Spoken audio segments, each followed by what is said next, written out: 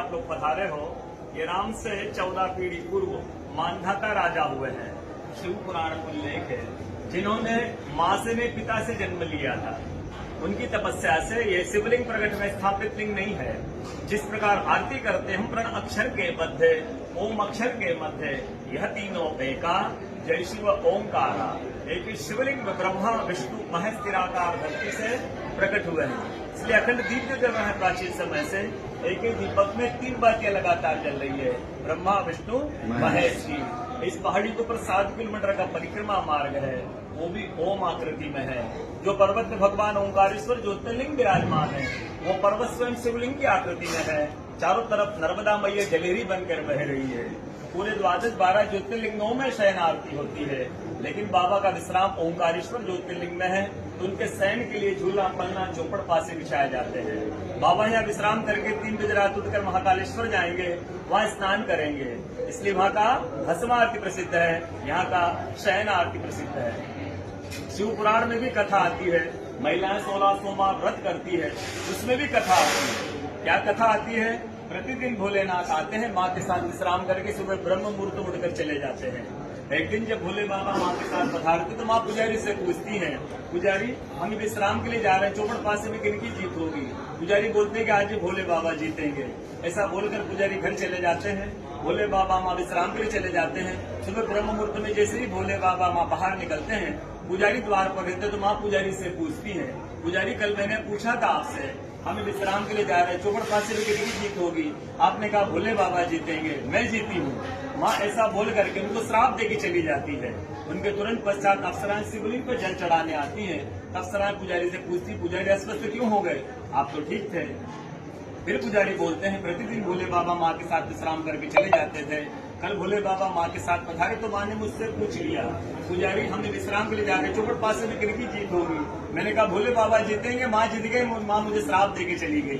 अप्सरा बोलते चिंता ना करो, हम अंदर जाकर शिवलिंग की पूजा करके आते, फिर इसका उपाय बताएंगे। अप्सरा अंदर जाकर के शिवलिंग की पूजा करके बाहर आकर बोलती, पुजारी आप 16 सोमवार व्रत कीजिएगा, व्रत करते ही स्वस्थ हो जाएंगे, व्रत करते ही ठीक हो जाएंगे। ये वो कथा का दर्शन प्रतिदिन होता है। बोलो ओंकारेश्वर पूरे 12 ज्योतिर्लिंग में ओंकारेश्वर ही ऐसा ज्योतिर्लिंग है जिसके दर्शन के पश्चात कोई महानदी का दर्शन होता है, जिसके तट को छूकर कोई महानदी बह रही है। काशी जाएंगे गंगा जी दूर है, उज्जैन जाएंगे क्षिप्राजी दूर है, सोमनाथ जाएंगे समुद्र है, लेकिन ओंकार ऐसा ज्योतिर्लिंग है जिसके दर्शन के पश्चात कोई महानदी का दर्शन होता है। वो महानदी है रुद्रदेहाय विद्महे मेघकन्याय धीमहि तन्नो नर्मदा प्रचोदयात्। भगवान शंकर की देह से पसीने के बूंद से निकली है मां नर्मदा। भारतवर्ष में जितनी भी नदियां हैं, सब नदियां उत्तर दक्षिण दक्षिण उत्तर की ओर बहती है, लेकिन मां नर्मदा उदय से अस्सी की ओर बहती है, पूरब से पश्चिम से बहती है। सब नदियों में नर्मदा ही नदी ऐसी नदी है जिसके जितने कंकर हैं सब संकर है। नर्मदा पुराण में ये भी कहा गया है कि नर्मदा जल के स्पर्श होने से जो शिवलिंग बनता है उसको डायरेक्ट पूजा कीजिए, उसको प्रतिष्ठा की आवश्यकता नहीं है। नर्मदा जल स्पर्श होने से स्वयं प्रतिष्ठित हो जाते हैं। अयोध्या में रामलला जी की स्थापना के समय 2.5 फीट का नर्मदेश्वर का नर्मदा शिवलिंग स्थापित किया गया है अयोध्या में। एक नर्मदा किनारे एक संत का अनुभव, जो वर्षों से नर्मदा किनारे रहे हैं, मां नर्मदा का भजन करते रहे। जब वो देखते हैं कि 3 से 4 बजे ब्रह्म मुहूर्त में एक कोई माई आती है, वो सुबह सुबह नर्मदा स्नान करके चली जाती है।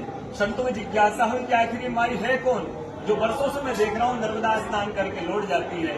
दूसरे दिन जैसे वो माई नर्मदा स्नान करके लौट रही थी, संत ने देखा माई स्नान करके जा रही, संत दौड़ते हुए गए, साष्टांग दंडवत करके पूछा, है माई मैं वर्षों से आपको देख रहा हूँ, नर्मदा स्नान करके लौट जाती हो, माई अपना परिचय दीजिए, आपने है कौन? तो माई अपना परिचय देती है कि मैं गंगा हूँ, अपने शुद्धिकरण के लिए नर्मदा स्नान के लिए आती हूँ। बोलो गंगा मैया की जय, नर्मदा मैया की जय। आज की कथा के आनंद की जय, भक्त और भगवान की जय। ओम नमः पार्वती। आप लोग पधारे हो।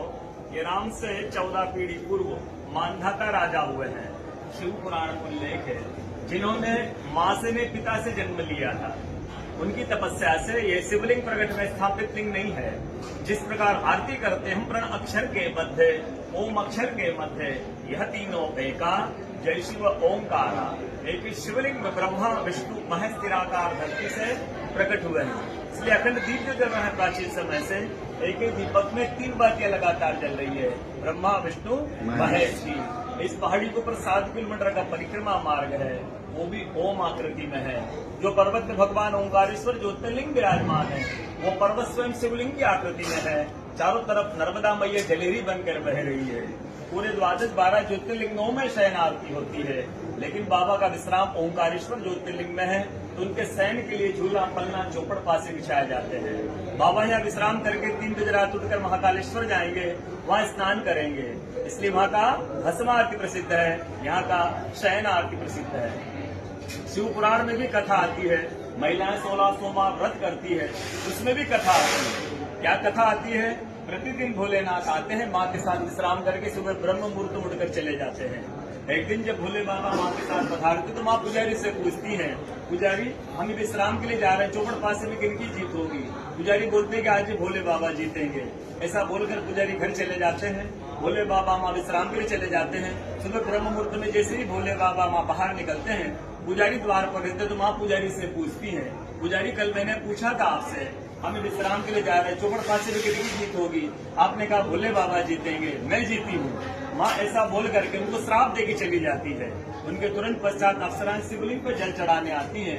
अप्सराएं पुजारी से पूछती, पुजारी अस्वस्थ क्यों हो गए? आप तो ठीक थे। फिर पुजारी बोलते हैं, प्रतिदिन भोले बाबा माँ के साथ विश्राम करके चले जाते थे, कल भोले बाबा माँ के साथ पधारे तो माँ ने मुझसे पूछ लिया, पुजारी हमें विश्राम के लिए जा रहे, चौपड़ पासे में किनकी जीत होगी?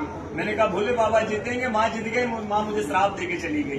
अप्सरा बुद्ध चिंता न करो, हम अंदर जाकर शिवलिंग की पूजा करके आते, फिर इसका उपाय बताएंगे। अप्सरा अंदर जाकर के शिवलिंग की पूजा करके बाहर आकर बोलती, पुजारी आप 16 सोमवार व्रत कीजिएगा, व्रत करते ही स्वस्थ हो जाएंगे, व्रत करते ही ठीक हो जाएंगे। ये वो कथा का दर्शन प्रतिदिन होता है। बोलो ओंकारेश्वर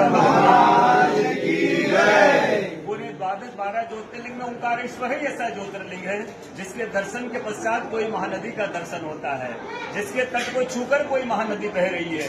काशी जाएंगे गंगा जी दूर है, उज्जैन जाएंगे क्षिप्रा जी दूर है, सोमनाथ जाएंगे समुद्र है, लेकिन ओंकार ही ऐसा ज्योतिर्लिंग है जिसके दर्शन के पश्चात कोई महानदी का दर्शन होता है।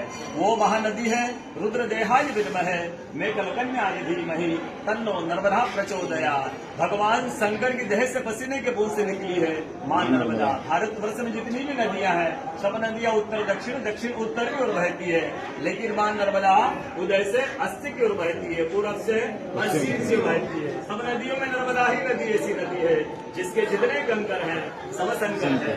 नर्मदा पुराण में ये भी कहा गया है कि नर्मदा जल के स्पर्श होने से जो शिवलिंग बनता है उसको डायरेक्ट पूजा कीजिए, उसको प्रतिष्ठा की आवश्यकता नहीं है। नर्मदा जल स्पर्श होने से स्वयं प्रतिष्ठित हो जाते हैं। अयोध्या में रामलला जी की स्थापना के समय 2.5 फीट का नर्मदेश्वर का नर्मदा शिवलिंग स्थापित किया गया है। अयोध्या में एक नर्मदा किनारे एक संत का अनुभव, जो वर्षों से नर्मदा किनारे रहे हैं और मां नर्मदा का भजन करते रहे, जब वो देखते हैं कि 3 से 4 बजे ब्रह्म मुहूर्त में एक कोई माई आती है, वो सुबह सुबह नर्मदा स्नान करके चली जाती है। संतों में जिज्ञासा हुई कि आखिर ये माई है कौन, जो वर्षों से मैं देख रहा हूँ नर्मदा स्नान करके लौट जाती है। दूसरे दिन जैसे ही वो माई नर्मदा स्नान करके लौट रही थी, संत ने देखा माई स्नान करके जा रही, संत दौड़ते हुए गए, साष्टांग दंडवत करके पूछा, है माई मैं वर्षों से आपको देख रहा हूँ नर्मदा स्नान करके लौट जाती हो, माई अपना परिचय दीजिए, आपने है कौन? तो माई अपना परिचय देती है कि मैं गंगा हूँ, अपने शुद्धिकरण के लिए नर्मदा स्नान के लिए आती हूँ।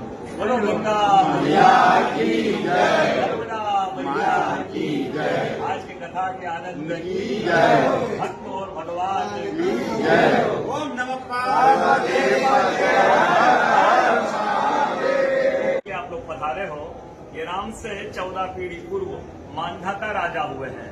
शिव पुराण में उल्लेख है, जिन्होंने माँ से में पिता से जन्म लिया था, उनकी तपस्या से ये शिवलिंग प्रकट में स्थापित लिंग नहीं है। जिस प्रकार आरती करते हम प्रण अक्षर के मध्य ओम अक्षर के मध्य यह तीनों एका जय शिव ओंकारा। एक शिवलिंग में ब्रह्मा विष्णु महेश निराकार धरती से प्रकट हुए हैं।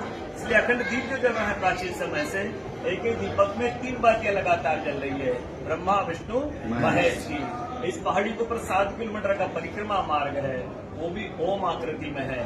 जो पर्वत में भगवान ओंकारेश्वर ज्योतिर्लिंग विराजमान है, वो पर्वत स्वयं शिवलिंग की आकृति में है। चारों तरफ नर्मदा मैया जलेरी बनकर बह रही है। पूरे 12 ज्योतिर्लिंगों में शयन आरती होती है, लेकिन बाबा का विश्राम ओंकारेश्वर ज्योतिर्लिंग में है, तो उनके शयन के लिए झूला, पलना, चौपड़, पासे बिछाए जाते हैं। बाबा यहाँ विश्राम करके 3 बजे रात उठकर महाकालेश्वर जाएंगे, वहाँ स्नान करेंगे, इसलिए वहाँ का भस्म आरती प्रसिद्ध है, यहाँ का शयन आरती प्रसिद्ध है। शिव पुराण में भी कथा आती है, महिलाएं 16 सोमवार व्रत करती है, उसमें भी कथा आती है। क्या कथा आती है? प्रतिदिन भोलेनाथ आते हैं, माँ के साथ विश्राम करके सुबह ब्रह्म मुहूर्त में उठकर चले जाते हैं। एक दिन जब भोले बाबा माँ के साथ पधारते तो माँ पुजारी से पूछती हैं, पुजारी हम विश्राम के लिए जा रहे हैं, चौपड़ पासे में किनकी जीत होगी? पुजारी बोलते हैं कि आज भोले बाबा जीतेंगे। ऐसा बोलकर पुजारी घर चले जाते हैं, भोले बाबा माँ विश्राम के लिए चले जाते हैं। सुबह ब्रह्म मुहूर्त में जैसे ही भोले बाबा माँ बाहर निकलते हैं, पुजारी द्वार पर रहते तो माँ पुजारी से पूछती है, पुजारी कल मैंने पूछा था आपसे, हम विश्राम के लिए जा रहे हैं, चौपड़ पासे में कितनी जीत होगी? आपने कहा भोले बाबा जीतेंगे, मैं जीती हूँ। माँ ऐसा बोल करके उनको श्राप देके चली जाती है। उनके तुरंत पश्चात अप्सराएं शिवलिंग पर जल चढ़ाने आती हैं। अप्सराएं पुजारी से पूछती, पुजारी अस्वस्थ क्यों हो गए? आप तो ठीक थे। फिर पुजारी बोलते हैं, प्रतिदिन भोले बाबा माँ के साथ विश्राम करके चले जाते थे, कल भोले बाबा माँ के साथ पधारे तो माँ ने मुझसे पूछ लिया, पुजारी हमने विश्राम के लिए जा रहे, चौपड़ पासे में किनकी जीत होगी? मैंने कहा भोले बाबा जीतेंगे, माँ जीत गई, माँ मुझे श्राप देके चली गई। अप्सरा को तो चिंता ना करो, हम अंदर जाकर शिवलिंग की पूजा करके आते, फिर इसका उपाय बताएंगे। अप्सरा अंदर जाकर के शिवलिंग की पूजा करके बाहर आकर बोलती, पुजारी आप 16 सोमवार व्रत कीजिएगा, व्रत करते ही स्वस्थ हो जाएंगे, व्रत करते ही ठीक हो जाएंगे। ये वो कथा का दर्शन प्रतिदिन होता है। बोलो ओंकारेश्वर भगवान की जय। पूरे 12 ज्योतिर्लिंग में ओंकारेश्वर ही ऐसा ज्योतिर्लिंग है जिसके दर्शन के पश्चात कोई महानदी का दर्शन होता है, जिसके तट को छूकर कोई महानदी बह रही है। काशी जाएंगे गंगा जी दूर है, उज्जैन जाएंगे क्षिप्रा जी दूर है, सोमनाथ जाएंगे समुद्र है, लेकिन ओंकार ही ऐसा ज्योतिर्लिंग है जिसके दर्शन के पश्चात कोई महानदी का दर्शन होता है।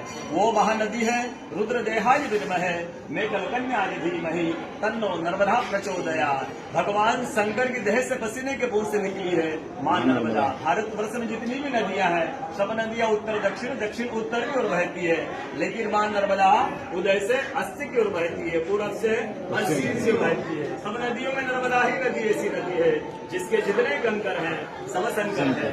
नर्मदा पुराण में ये भी कहा गया है कि नर्मदा जल के स्पर्श होने से जो शिवलिंग बनता है उसको डायरेक्ट पूजा कीजिए, उसको प्रतिष्ठा की आवश्यकता नहीं है।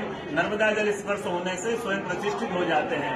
अयोध्या में रामलला जी की स्थापना के समय 2.5 फीट का नर्मदेश्वर का नर्मदा शिवलिंग स्थापित किया गया है अयोध्या में। एक नर्मदा किनारे एक संत का अनुभव, जो वर्षों से नर्मदा किनारे रहे और मां नर्मदा का भजन करते रहे, जब वो देखते हैं कि 3 से 4 बजे ब्रह्म मुहूर्त में एक कोई माई आती है और सुबह सुबह नर्मदा स्नान करके चली जाती है। संतों की जिज्ञासा हुई कि आखिर ये माई है कौन जो वर्षों से मैं देख रहा हूँ नर्मदा स्नान करके लौट जाती है।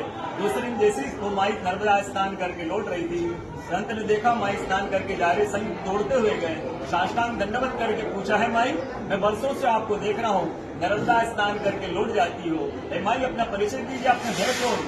तो माई अपना परिचय देती है कि मैं गंगा हूँ, अपने शुद्धिकरण के लिए नर्मदा स्नान के लिए आती हूँ। बोलो गंगा मैया की जय, नर्मदा मैया की जय। आज की कथा के आनंद की जय, भक्त और भगवान की जय। ओम नमः पार्वती